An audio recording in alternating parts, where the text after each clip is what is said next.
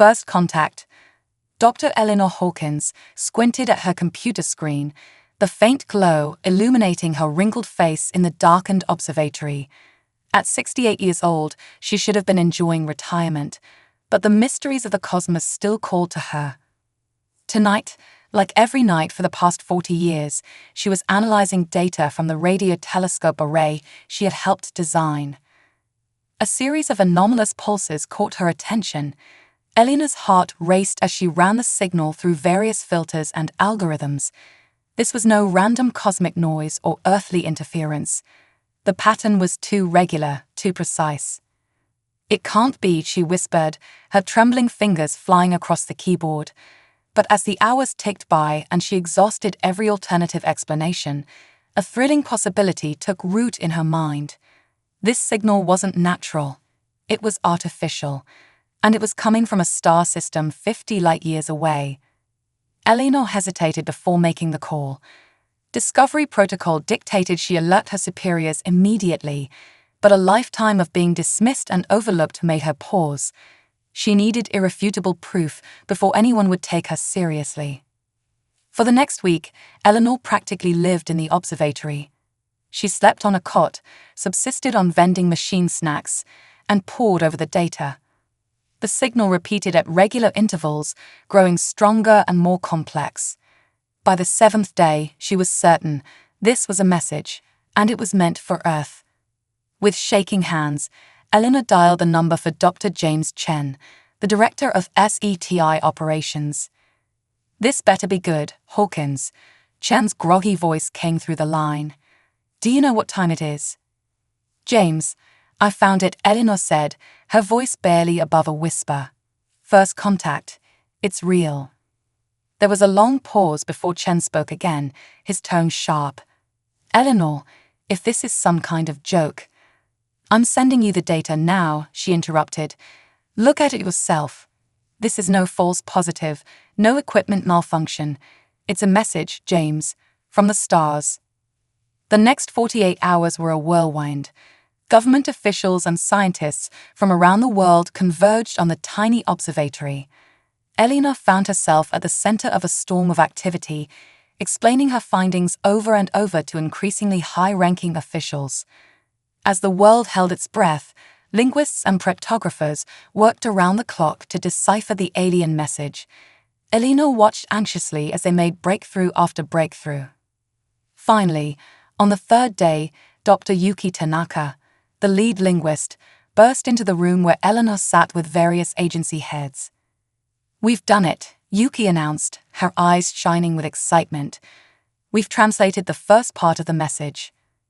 The room fell silent as Yuki read aloud, "Greetings, people of Earth. We are the Zaraquin, a peaceful race from a planet orbiting the star you call HD 40,307. We have long observed your world and believe the time has come for our civilizations to meet. We come with open hearts and minds, seeking friendship and exchange of knowledge." A collective gasp filled the room.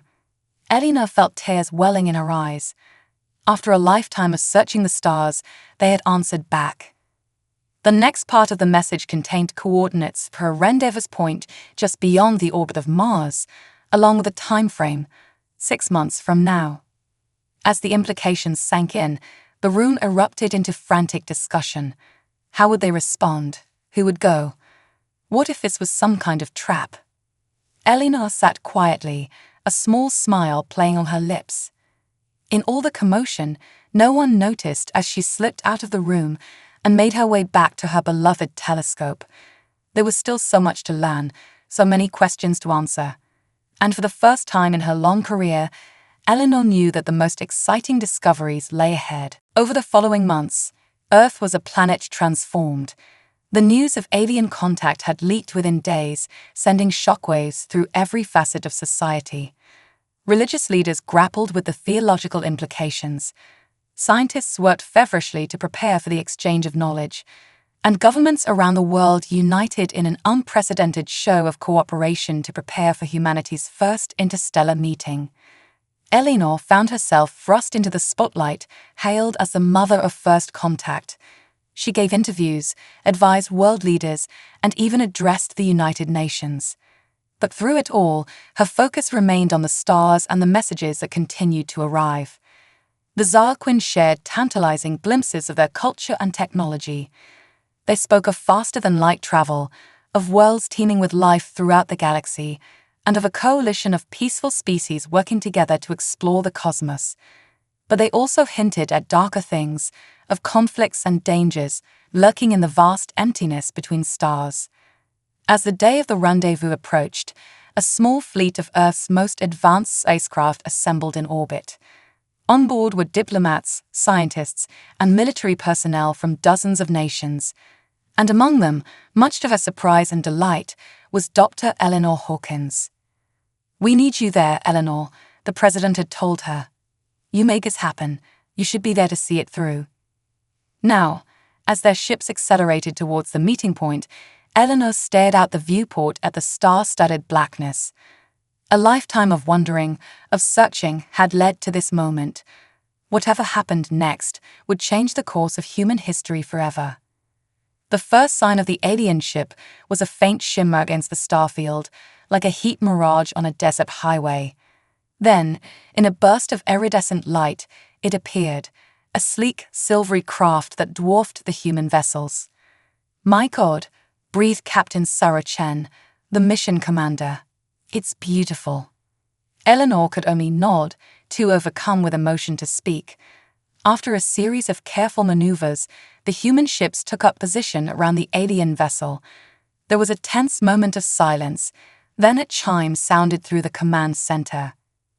"They're hailing us," the communications officer announced. Captain Chen straightened her uniform and took a deep breath. "Open a channel." A holographic screen flickered to life, and Eleanor gasped. The being that appeared was unlike anything she had imagined. It had a vaguely humanoid shape, but its skin was a swirling pattern of bioluminescent colors. Multiple eyes blinked independently around a central cluster, and tentacle-like appendages moved gracefully as it gestured. "Greetings, people of Earth," the alien said, its words translated by the computer. "I am Ambassador Zalarin of the Zarquin. We come in peace and friendship." Captain Chen stepped forward. "On behalf of the people of Earth, we welcome you, Ambassador Zalarin. I am Captain Sarah Chen, and with me is Dr. Eleanor Hawkins, the scientist who first detected your message." The alien's eyes swiveled to focus on Eleanor, and she felt a wave of emotion wash over her, not her own, but a projected sense of gratitude and joy. "Dr. Hawkins," Zalarin said, "your discovery has opened a new chapter for both our peoples. We have long hoped for this day." As the formal greetings continued, Eleanor marveled at how smoothly it was all going.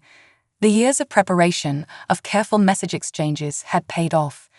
But then, Zalarin's tone changed, becoming more urgent. "We wish our first meeting could be purely one of celebration," the ambassador said. "But we must warn you, your world is in danger." A stunned silence fell over the human delegation. Captain Chen was the first to recover. "What kind of danger, Ambassador?" Zalarin's colors darkened. "There is another race, one we call the Vexkar. They are conquerors, strip mining entire planets for resources. They have detected your world and they are coming." The revelation hit Eleanor like a physical blow. First contact, a moment of unparalleled wonder, was being overshadowed by a threat to their very existence. "How long do we have?" she heard herself ask. "Perhaps a year," Zalarin replied. "But do not despair. We have come not only to warn you, but to help. If you will accept our aid, we believe that together we can defend your world and strike a blow against the Vexkar that will echo across the galaxy." As the implications of the ambassador's words sank in, Eleanor felt a mix of fear and determination. Humanity had dreamed of this moment for centuries, contact with an alien civilization, but no one had imagined it would come with such high stakes. She looked around at the faces of her fellow humans, scientists, diplomats, soldiers. There was shock there and fear, but she also saw resolve hardening in their eyes. Whatever challenges lay ahead, they would face them together, and they would not face them alone. Eleanor turned back to the alien ambassador, her voice steady as she spoke for all of humanity. "Tell us what we need to do." The galactic dilemma. The return to Earth was a blur of activity and tension. As their ships docked with the International Space Station, Dr. Eleanor Hawkins felt the weight of responsibility pressing down on her. The news they carried would forever change the course of human history. Within hours, world leaders had convened an emergency session of the United Nations. Eleanor found herself standing before the General Assembly, tasked with explaining the situation to representatives from every nation on Earth. "Ladies and gentlemen," she began, her voice echoing through the hushed chamber, "we are not alone in the universe. But more importantly, we are not safe." As Eleanor detailed the Zarquin's warning about the approaching Vexcar threat, she saw fear and disbelief ripple through the assembly. But she also witnessed something else, a steely determination in the eyes of many. Humanity had faced extinction-level threats before, from world wars to climate change. They had always found a way to persevere. "The Zarquin have offered us their help," Eleanor continued. "They possess technology far beyond our own, and they're willing to share it. But we must act quickly. The Vexcar will reach Earth in approximately 1 year." The debate that followed was heated. Some nations advocated for immediate acceptance of the Zarquin's offer, while others urged caution. Trust was a scarce commodity in international politics, and now they were being asked to place their faith in an alien species they had just met. As the arguments raged on, a young diplomat from Kenya named Amani Okello rose to speak. Her voice, calm and measured, cut through the chaos. "We stand at a crossroads," Amani said. "For centuries we have turned weapons against each other, fought over resources, and divided ourselves along arbitrary lines. Now, faced with an external threat, we have a choice. We can continue our petty squabbles and face extinction divided, or we can unite as one species and fight for our survival." Her words seemed to shift the mood in the chamber. One by one, nations began to voice their support for cooperation with the Zarquin. It wasn't unanimous, but it was enough. Humanity would stand together. With the decision made, the real work began. The Zarquin established a base on the far side of the moon, out of sight of Earth, to avoid panicking the general population.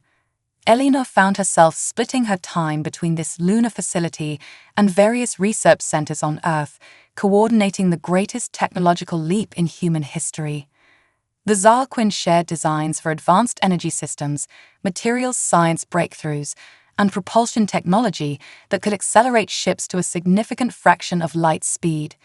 Human scientists worked alongside alien counterparts, racing against the clock to adapt these technologies for Earth's defense. But as the months wore on, Eleanor began to notice discrepancies. Certain aspects of Zarquin technology seemed oddly familiar, as if based on human designs rather than truly alien concepts. And there were gaps in their knowledge that didn't make sense for a supposedly advanced civilization. Her suspicions grew when she overheard a conversation between two Zarquin engineers. They were discussing the Vexcar in terms that seemed more personal than she would have expected from a species that claimed to have only observed the threat from afar. Troubled, Eleanor decided to confide in Captain Sarah Chen, who had been appointed as Earth's military liaison to the Zarquin. "Something's not right, Sarah," Eleanor said as they shared a meal in the lunar base's cafeteria. "I can't put my finger on it, but I feel like the Zarquin aren't telling us everything." Sarah nodded, her expression grim. "I had the same feeling. Their tactical suggestions, some of them seem almost suicidal. It's as if they're more interested in confronting the Vexcar than in actually defending Earth." As they discussed their concerns, a young Zarquin named Selthor approached their table. Eleanor had worked closely with Selthor and had come to consider the alien a friend, despite the vast differences between their species. "Dr. Hawkins, Captain Chen," Selthor said, its bioluminescent patterns pulsing with what Eleanor had learned to recognize as anxiety. I need to speak with you. In private." Intrigued and somewhat alarmed, Eleanor and Sarah followed Selfall to a secluded corner of the base. The alien's colors had dimmed to a muted swirl of grays and blues. "What I am about to tell you goes against everything I have been taught," Selfall began. "But I cannot in good conscience continue this deception. Your species deserves to know the truth." Over the next hour, Selfall revealed a story that shook Eleanor to her core. The Zarquin and the Vexcar were not separate species, but two factions of the same race. Centuries ago, their home world had been ravaged by a cataclysmic event, forcing them to become a nomadic species, searching the stars for new homes. The Vexcar believed in taking what they needed by force, strip mining planets, and subjugating or eliminating native populations. The Zarquin, horrified by these methods, had broken away, seeking to colonize only uninhabited worlds and make peaceful contact with other sentient species. "But we are losing," Zalthor explained, its voice filled with sorrow. "The Vexcar grows stronger with each world they conquer, while we struggle to find new homes. When we discovered Earth, we saw an opportunity. Your species is young, but innovative. With your help, we hope to finally defeat the Vexcar." Eleanor felt a mix of anger and sympathy wash over her. "So you lied to us, used our fear to manipulate us into fighting your war." Selfall's colors pulsed with shame. "Yes, but please understand, the threat to Earth is very real. The Vexcar will come, and they will destroy everything if we don't stop them." Sarah, who had been silent throughout Selfall's confession, finally spoke. "Why tell us this now?" "Because I have come to know your people," Selfall replied. "Your courage, your compassion, your indomitable spirit. You deserve to choose your path with full knowledge of the situation. And I consider you friends. I could not bear to continue deceiving you." As the implications of Selfall's revelations sank in, Eleanor and Sarah exchanged a long look. The fate of Earth, perhaps of multiple species, hung in the balance. They had been manipulated, yes, but the threat was real. And now they had an opportunity few species in the galaxy have ever had, the chance to shape the future of interstellar politics. "We need to inform the UN Security Council," Sarah said at last. "This changes everything." Eleanor nodded, then turned to Selfall. "Thank you for your honesty. It couldn't have been easy. But now, we need you to tell this story again, to our leaders. Can you do that?" Selfall's colors brightened slightly. "Yes, it is the right thing to do." As they made their way to the communications center to arrange an emergency meeting, Eleanor's mind raced with possibilities. Humanity now stood at a true crossroads. They could withdraw from the conflict, leaving the Zarquin to their fate. They could side with the Vexcar, potentially gaining advanced technology in exchange for their allegiance. Or they could forge ahead with their original plan, fighting alongside the Zarquin for a more peaceful galaxy. Each choice carried enormous risks and potential rewards, but as Eleanor looked at the determination on Sarah's face and the hopeful glow of Selfall's bioluminescence, she felt a surge of optimism. Whatever humanity decided, they would face the future with open eyes and united purpose. The galactic stage was set, and Earth was about to make its debut. Unlikely alliance. The revelation of the Zarquin's true nature and the complex galactic conflict they were embroiled in sent shockwaves through Earth's leadership. For days, heated debates raged in the halls of power across the globe. Trust had been broken, but the threat remained real and imminent. In the end, it was the impassioned plea of Dr. Eleanor Hawkins that tipped the scales. Standing before the UN Security Council, she spoke not just as a scientist, but as a representative of humanity's enduring spirit of exploration and compassion. "We have always dreamed of reaching the stars," Eleanor said, her voice steady despite the gravity of the moment. "Now we find ourselves thrust onto a galactic stage, facing challenges we never imagined. Yes, the Zarquin deceived us, but in doing so, they've given us an opportunity to shape the future of not just our world, but countless others." She paused, looking each council member in the eye. We can choose isolation and risk facing the Vexcar alone. We can side with the conquerors and betray our own values. Or we can forge a new path, one of cooperation, innovation, and hope. I believe we must stand with the Zaraquin, not just for our own survival, but for the kind of galaxy we wish to see. After much deliberation, Earth's leaders made their decision. They would continue their alliance with the Zaraquin, but with new terms. Full transparency would be required, and Earth would have an equal say in all strategic decisions. The Zaraquin, relieved and grateful, readily agreed. With the air cleared and a new sense of purpose, the joint human-Zaraquin defense effort entered a new phase. The lunar base was expanded into a sprawling complex, serving as a neutral ground where the brightest minds from both species could work together. Eleanor found herself at the heart of this collaboration, coordinating research teams and bridging the gap between human and alien perspectives. It was challenging work, but also thrilling. Every day brought new discoveries and breakthroughs. One particular project held immense promise. Dr. Yuki Tanaka, the linguist who had first deciphered the Zaraquin messages, had been working closely with a Zaraquin scientist named Velax on a radical new communication system. It's based on quantum entanglement, Yuki explained excitedly to Eleanor during a progress briefing. The Zaraquin have been using a limited version of this technology for years, but they never fully explored its potential. By combining it with some of our theoretical models, we think we can achieve instantaneous communication across vast distances. Velax, its colors shimmering with enthusiasm, chimed in. This could revolutionize our defensive capabilities. Imagine coordinating fleet movements in real time, no matter how far apart the ships are. Eleanor felt a surge of pride. This was exactly the kind of synergy she had hoped for, human innovation combining with Zaraquin experience to create something greater than either could have achieved alone. But not all collaborations were going as smoothly. Tensions ran high in the Weapons Development Division, where human military leaders clashed with Zaraquin tacticians over strategy and ethics. Captain Sarah Chen, now promoted to admiral and serving as Earth's chief military liaison, found herself constantly mediating disputes. The Zaraquin want to focus all our efforts on offensive capabilities, she confided to Eleanor during a rare quiet moment.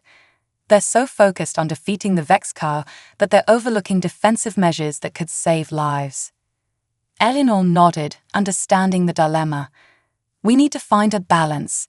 Maybe we can redirect some of the teams to focus on shield technology and early warning systems. As they discussed potential solutions, alarms suddenly blared throughout the base.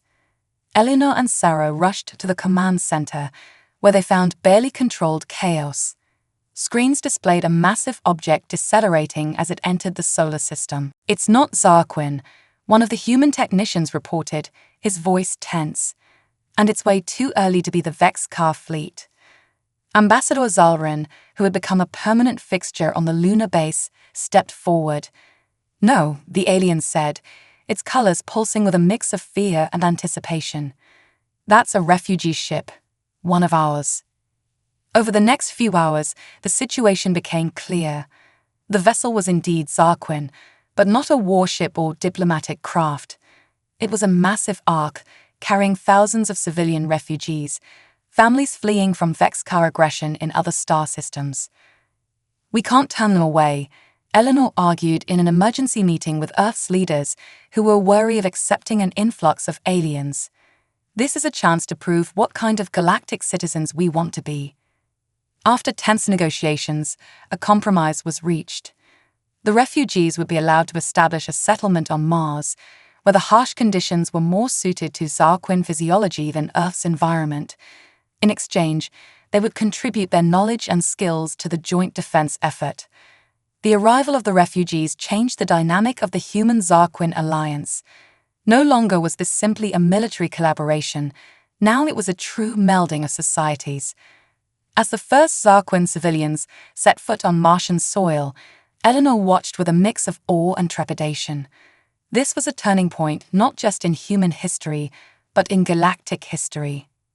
The next few months were a whirlwind of activity. The Martian settlement grew rapidly, with human engineers working alongside Zarquin architects to create a sustainable habitat. Cultural exchange programs were established, allowing humans to learn more about Zarquin society and vice versa. But the shadow of the coming Vexcar invasion loomed over everything. Defense preparations accelerated, with new ships being constructed in orbit and powerful weapon systems installed across Earth and Mars. Then, 6 months before the Vexcar were expected to arrive, a breakthrough came from an unexpected source. A young Zarquin refugee named Irisol, working with a team of human physicists, developed a revolutionary propulsion system that could give their ships unprecedented maneuverability in combat. It's based on manipulating gravitational fields, Irisol explained, her colors flickering with excitement as she presented the findings to Eleanor and the Joint Military Command. We can achieve acceleration and deceleration far beyond anything the Vexcar will be expecting. Admiral Chen's eyes lit up as she studied the technical specifications. This could change everything, if we can outmaneuver them. Eleanor felt a glimmer of hope. Perhaps, just perhaps, they stood a fighting chance. But even as they celebrated this breakthrough, a new crisis emerged.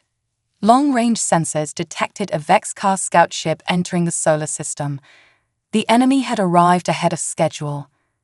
As alarms sounded and the joint fleet scrambled to intercept, Eleanor realized that the true test was about to begin. Everything they had worked for, every alliance forged and breakthrough achieved, would be put to the ultimate test. The battle for Earth, for the future of 2 species, and perhaps the entire galaxy, was about to commence. The battle for Earth. The arrival of the Vexcar scout ship sent shockwaves through the human-Zarquin alliance. What had been an abstract threat suddenly became terrifyingly real. As the joint fleet moved to intercept, tension gripped every corner of Earth and the fledgling Martian colony. Admiral Sarah Chen stood on the bridge of the USS Defiant, the flagship of Earth's contribution to the defense force. Around her, a mix of human and Zarquin crew members worked in seamless coordination, a testament to the bonds forged over months of preparation. "Status report," Sarah barked, her eyes fixed on the tactical display. Vexcar Scout maintaining position just beyond the orbit of Neptune, her XL reported. No signs of aggressive action yet. The rest of their fleet is still undetected. Sarah's brow furrowed. This wasn't how they had expected the invasion to begin. A single scout, arriving months ahead of schedule. Something didn't add up. Back on the lunar base, Dr. Eleanor Hawkins was having similar thoughts. She paced the command center, her mind racing. "We're missing something," she muttered, more to herself than to the bustling staff around her. Cell 4, who had become one of Eleanor's closest alien confidants, approached. "What troubles you, Dr. Hawkins?" Eleanor turned to the Zarquin, grateful for a sympathetic ear. "This doesn't fit the Vexcar patterns you've described. A lone scout? No immediate attack. It's almost as if..." Her eyes widened as realization struck. "They're testing us, probing our defenses." Eleanor rushed to the communications array. "Admiral Chen, do not engage. I repeat, do not engage the Vexcar scout." But her warning came too late. On the bridge of the Defiant, Sarah watched in horror as one of the smaller ships in the fleet, an overeager Zarquin cruiser, broke formation and charged towards a scout. "All ships, hold position," Sarah commanded, but the damage was done. The Vexcar scout suddenly burst into action, its hull seeming to shimmer and grow before their eyes. "It's some kind of holographic camouflage," the sensor officer reported, his voice tight with stress. "That's no scout ship, it's a full-sized battle cruiser." The battle that ensued was brief but brutal. The Vexcar ship unleashed a barrage of energy weapons that cut through the Zarquin cruiser's defenses like they weren't even there. Within minutes, the cruiser was reduced to a drifting hulk. As quickly as it had attacked, the Vexcar ship vanished, jumping to faster-than-light speed and disappearing from sensors. In the aftermath of the skirmish, the mood throughout the Alliance was grim. They had lost a ship and dozens of lives, and the enemy had escaped with valuable intelligence about their capabilities. An emergency council was convened on the lunar base.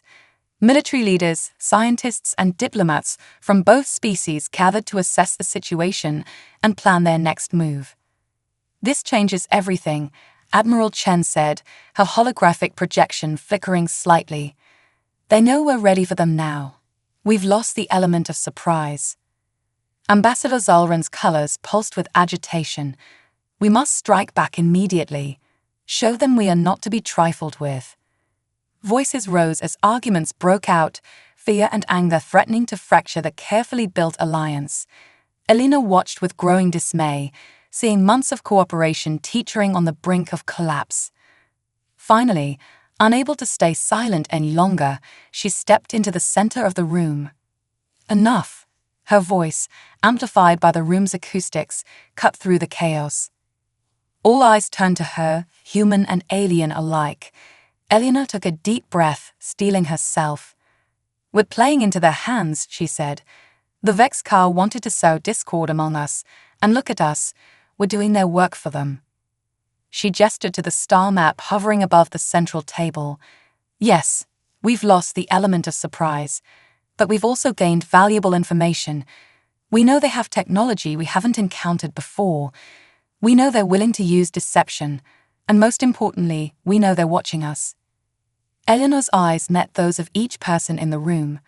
This is our chance to show them, and ourselves, what we're truly capable of, not as humans or Zarquin, but as allies united against a common threat.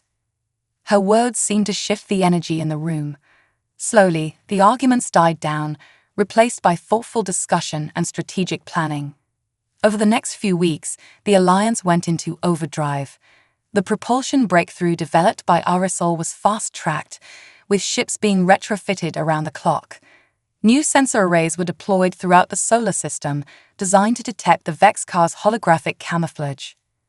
On Mars, the refugee settlement was transformed into a fortified base, with powerful defense systems that could protect both the Red Planet and Earth. The quantum entanglement communication system was fine-tuned, ensuring instantaneous coordination between all Alliance forces. But perhaps most importantly, a new sense of unity emerged. The brief taste of combat had made the threat real for everyone, erasing the last vestiges of distrust between humans and Zarquin. They trained together, worked together, and prepared to fight together. As the estimated arrival date of the main Vexcar fleet approached, Eleanor found herself once again standing in the lunar base's observatory, gazing at the stars. So much had changed since she had first detected that fateful signal. Earth had been thrust onto the galactic stage, forming alliances and facing threats beyond anything she had imagined possible. Admiral Chen joined her, the weight of command evident in the new lines on her face. "Penny for your thoughts, Doctor." Eleanor smiled wryly. "Just thinking about how far we've come, and how far we still have to go." Sarah nodded, her gaze also fixed on the starry expanse. "Do you think we're ready?" "I don't know," Eleanor admitted. "But I do know this. Whatever happens, we'll face it together. And that gives us a strength the Vexcar can't possibly understand." As if in response to her words, alarms began to blare throughout the base. On every screen, sensor readings flashed urgent warnings. The Vexcar fleet had arrived. The true test of the human-Zarquin alliance was about to begin. Eleanor and Sarah exchanged a look of grim determination. Whatever the coming hours would bring, the fate of two species, and perhaps the entire galaxy, hung in the balance. The battle for Earth had begun, turning the tide. The Vexcar fleet emerged from faster-than-light travel in a dazzling display of power, their ships seeming to materialize out of the very fabric of space. The Alliance's long-range sensors lit up like a Christmas tree, showing hundreds of enemy vessels spreading out in an attack formation. From her position in the Lunar Command Center, Dr. Eleanor Hawkins watched with a mixture of fear and awe. The Vexcar ships were unlike anything she had ever seen, organic-looking vessels that pulsed with an eerie internal light. "All defense stations, report in. Admiral Sarah Chen's voice crackled over the quantum entanglement comm system. One by one, Earth's orbital platforms, the Martian base, and the assembled fleet of human and Zarquin ships signaled their readiness. Eleanor took a deep breath, steeling herself for what was to come. Months of preparation, of cooperation and innovation, had led to this moment. Now they would see if it was enough. The Vex car struck first, unleashing a barrage of energy weapons that lit up the void between worlds. The Alliance's outer defensive line, a network of automated platforms, absorbed the initial assault. Many were destroyed, but they had done their job, buying precious time for the fleet to maneuver into position. All ships, execute maneuver Epsilon. Sarah's command rang out. Instantly, the Allied fleet sprang into action, utilizing Irisol's revolutionary propulsion system to perform impossible feats of acceleration and direction change. The Vex car, clearly caught off guard by this display of agility, faltered in their advance. It was a small victory, but a crucial one. It showed that the Alliance had technologies the enemy hadn't anticipated. As the battle raged across the solar system, Eleanor coordinated the scientific teams on the lunar base, analyzing data from the conflict in real time and searching for weaknesses in the Vex car defenses. Dr. Hawkins. Yuki Tanaka called out, her voice excited despite the chaos around them. I think we found something. Look at these energy readings from the Vex car ships. Eleanor rushed to Yuki's station, studying the data scrolling across the screen. Her eyes widened as she realized the implications. They're not just ships, she breathed. They are alive. The Vex car vessels, it seemed, were a form of biotech, living creatures melded with advanced technology. This explained their organic appearance and their incredible adaptability in combat. This changes everything, Eleanor said, her mind racing. If they're alive, they must have some form of central nervous system, a weak point we can exploit. She quickly relayed this information to Admiral Chen. On the bridge of the USS Defiant, Sarah absorbed the news with grim determination. Good work, Eleanor. We'll put this to use. The Admiral turned to her weapons officer. Recalibrate all energy weapons to focus on these coordinates, she ordered, highlighting specific points on the sensor display of a Vex car ship. Let's see how these living ships handle a nervous system overload. The effect was immediate and dramatic. As the Alliance ships adjusted their attack patterns, targeting the newly identified weak points, Vex car vessels began to falter. Some spasmed wildly, their weapon systems firing erratically. Others simply went dark, drifting lifelessly in space. But the Vex car were far from defeated. As if enraged by this turn of events, they pressed their attack with renewed vigor. The battle intensified, with losses mounting on both sides. On Mars, the refugee settlement-turned-military base found itself under heavy assault. Arisol, the young Zarquin scientist whose propulsion breakthrough had given the Alliance a fighting chance, now stood shoulder to shoulder with human Marines, helping to coordinate the planet's defenses. We can't hold out much longer. Arisol's frantic message came through to the Lunar Command Center. Their bombardment is overwhelming our shields. Eleanor felt a surge of desperation. They were holding their own in space, but if they lost Mars, Earth would be next. They needed something more, some edge to turn the tide decisively in their favor. That's when inspiration struck. The quantum entanglement communication system, she murmured, an idea taking shape. Yuki, Velax, I need you both. Now. As the two scientists joined her, Eleanor outlined her plan. It was risky, borderline insane, but it just might work.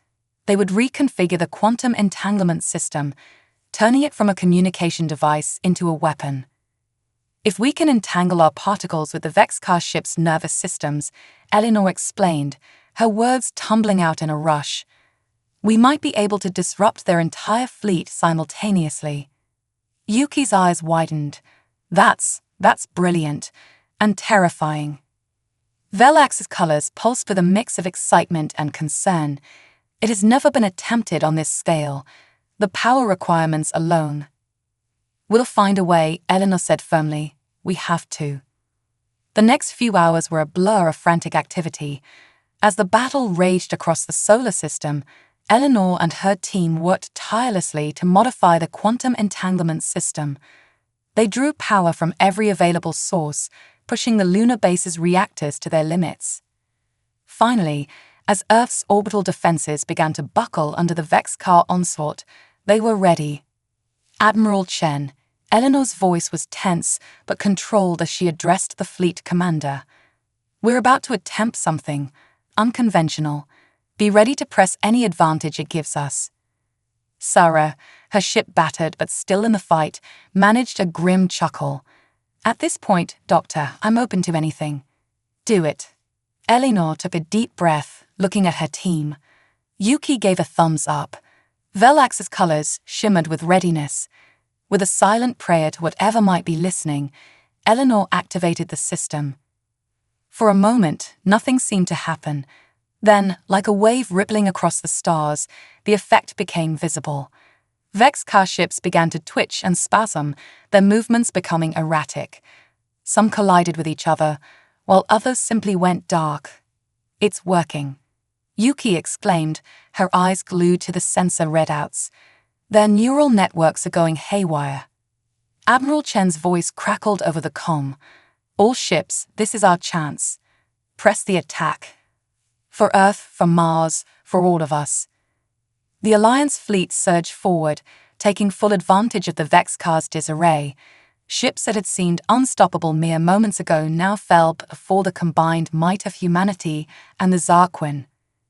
As the tide of battle turned decisively in their favor, Eleanor allowed herself a moment of hope. They had done it. Against all odds, they had found a way to defeat an enemy that had terrorized the galaxy for centuries. But even as victory seemed within reach, she knew their work was far from over. The Vex-Car threat had been neutralized, but the consequences of this battle would reshape the galaxy. Humanity had announced its presence on the cosmic stage in the most dramatic way possible. Whatever came next, Eleanor knew that the universe would never be the same, and she, along with every human and Zarquin who had fought in this conflict, would bear the responsibility of shaping that new future. As the last Vex-Car ships were neutralized or fled, a cheer went up throughout the Alliance fleet. They had won. Earth was safe. But as Eleanor looked out at the starry expanse, now littered with the debris of battle, she couldn't help but wonder. What new challenges awaited them in the vastness of space? The war was over, but their journey was just beginning. A new era.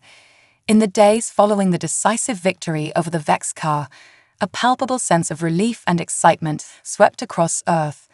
Humanity had faced its greatest challenge and emerged triumphant, thanks in no small part to their unlikely alliance with the Zarquin. The world celebrated, but for those at the heart of the conflict, like Dr. Eleanor Hawkins and Admiral Sarah Chen, the work was far from over. As the dust settled, the lunar base became the center of intense diplomatic activity. Representatives from Earth's nations gathered alongside Zarquin leaders to discuss the future of their alliance and their place in the wider galactic community. Eleanor found herself thrust into the role of mediator, her scientific expertise and her experience bridging the gap between human and alien perspectives, making her invaluable in these discussions. "We stand at a crossroads," she addressed the assembled delegates, her voice steady despite the weight of the moment. "We've proven that we can face threats together, but now we must decide what kind of galactic citizens we want to be." The debates were long and often heated. Some human factions argued for rapid expansion into space, leveraging their new technologies to colonize other star systems. Others advocated for caution, focusing on rebuilding and strengthening Earth's defenses against potential future threats. The Zarquin, for their part, were eager to fully integrate their refugee population on Mars and to establish permanent diplomatic ties with Earth. But there were also voices among them calling for a return to their nomadic ways, seeking new worlds far from the shadow of their Vex-Car origins. As the negotiations stretched on, Eleanor found an unexpected ally in Irisol, the young Zarquin scientist whose innovations had been crucial in the battle. Together, they proposed a bold new initiative, a joint human-Zarquin exploratory fleet dedicated to peaceful exploration and scientific discovery.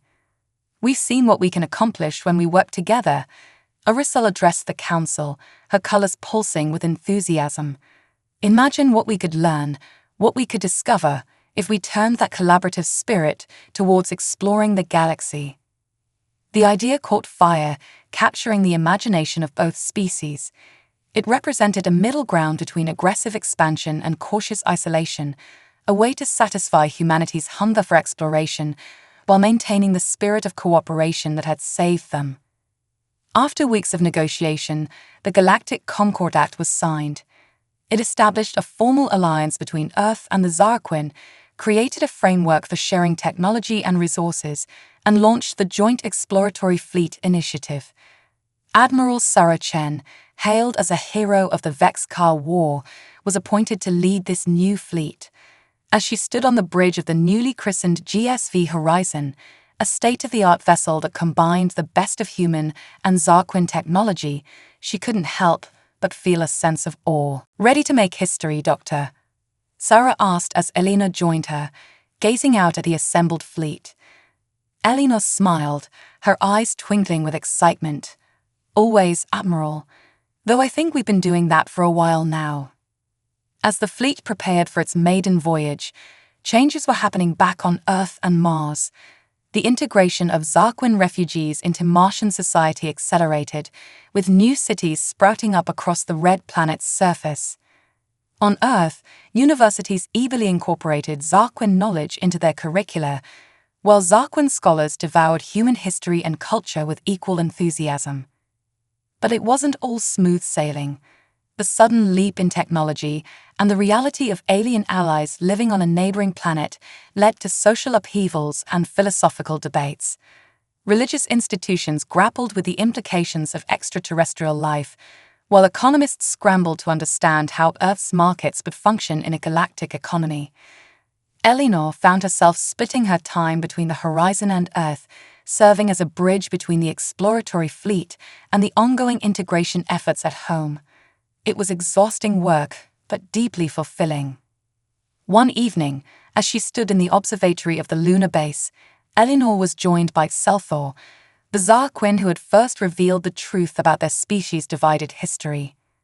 "Do you ever regret it?" Selthor asked, its colors shifting in patterns that Eleanor had learned to read as contemplative. "Making first contact with us, bringing your world into this wider, more dangerous galaxy." Eleanor considered the question carefully. "There are moments," she admitted, "when I think about the lives lost in the battle or the challenges we still face. But then I look at what we've accomplished together, the wonders we're about to explore." She gestured to the starfield visible through the observatory's dome. "How could I regret being part of something so magnificent?" Selthor's colors brightened in what Eleanor recognized as a smile. "You humans continue to surprise and inspire us. Perhaps that is why the Vex-Kar feared you so much." As they stood there, gazing at the stars, a transmission came through on Eleanor's communicator. It was from the Horizon. They had detected an anomaly at the edge of the solar system, a possible sign of a new form of spatial phenomenon. Eleanor felt a familiar thrill of excitement. "Duty calls," she said to Selthor with a grin. "Care to join me in making some new discoveries?" The Zarquin's colors pulsed with enthusiasm. "I thought you'd never ask." As they hurried to the shuttle bay, eager to join the Horizon on its investigation, Eleanor reflected on the journey that had brought them to this point. From that first detected signal to battles against unimaginable odds, from mistrust and deception to true friendship and alliance, it had been a path filled with challenges, triumphs, and wonders. And now, as humanity and the Zarquin stood poised to venture into the unknown together, she knew that the greatest adventures still lay ahead. The galaxy was vast and full of mysteries, but with curiosity as their guide and unity as their strength, there was no challenge they couldn't face. As the shuttle lifted off, carrying them towards the Horizon and the promise of new discoveries, Eleanor felt a profound sense of optimism. Whatever the universe had in store for them, they would face it together, as explorers, as allies, as friends. The dawn of a new era had truly begun, and the stars themselves seemed to shine a little brighter in welcome.